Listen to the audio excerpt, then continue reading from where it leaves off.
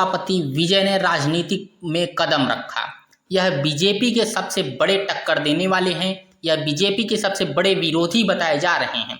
क्या यह बीजेपी को टक्कर दे पाएंगे? आइए जानते हैं। तमिल एक्टर थलापति विजय ने राजनीति में धमाकेदार एंट्री कर ली है। उनकी पहली रैली में भीड़ ने सारे रिकॉर्ड तोड़ दिए। दक्षिण में वैसे भी अभिनेता उस वक्त राजनीति में एंट्री करते हैं जब उनका स्टारडम पूरे शबाब पर होता है, और इसी तरह थलापति विजय भी सफलता के हिसाब से दक्षिण भारत में शीर्ष तक पहुंच गए हैं। फीस के मामले में थलापति ने शाहरुख खान और सलमान खान को भी पीछे छोड़ दिया। विजय पूरे देश में सबसे अमीर और अभिनेताओं की लिस्ट में शामिल हो चुके हैं। थलापति की हर फिल्म सुपर डुपर हिट होती जा रही है और इसी समय में थलापति ने राजनीति में एंट्री मारी। आइए जानते हैं थलापति विजय की पूरी कहानी। आखिर विजय ने राजनीति में एंट्री मारने का फैसला क्यों किया? तमिल एक्टर और तमिलगावती कंजापट्टी के पहले सम्मेलन को संबोधित किया। उन्होंने विल्लुपुरम में कहा, तमिलनाडु में बदलाव की जरूरत है। भाजपा टीवी के वैचारिक प्रतिद्वंदी हैं, जबकि डी के राजनीतिक विरोधी थलपति विजय ने इस रैली के जरिए पूरे भारत को अपनी ताकत का एहसास कराया।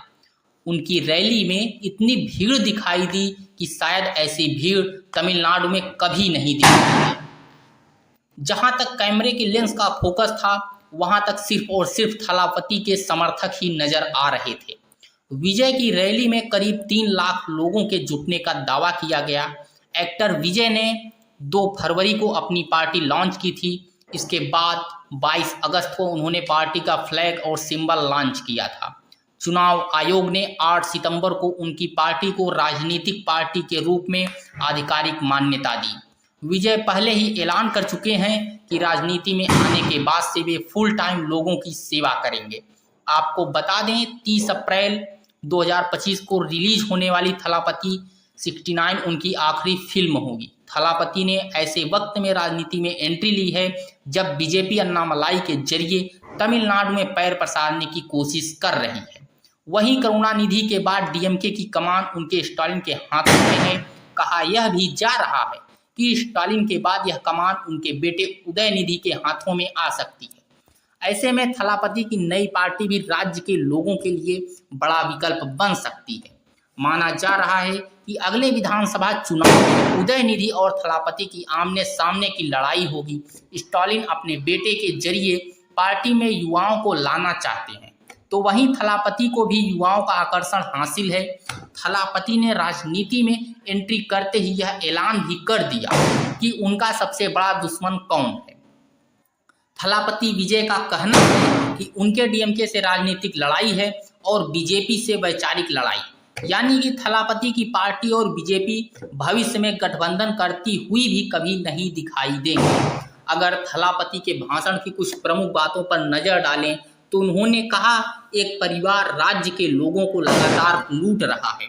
यह परिवार द्रविड़ मॉडल के नाम पर लोगों को धोखा दे रहा है। यह अंडरग्राउंड डील करते हैं, माइनॉरिटी को धोखा देने, दूसरों पर फांसीवाद आरोप लगाते हैं।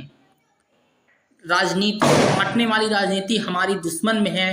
मैं राजनीतिक शिष्टाचार और राजनीतिक शालीनता बनाए रखूंगा। यह भीड़ पैसे के लिए नहीं बल्कि एक उद्देश्य के लिए है। हमें पीछे मुड़कर नहीं देखना है। मैं यह एक्स्ट्रा सामान के रूप में नहीं आया। मैं तमिलनाडु में एक प्रमुख ताकत बनना चाहता हूं।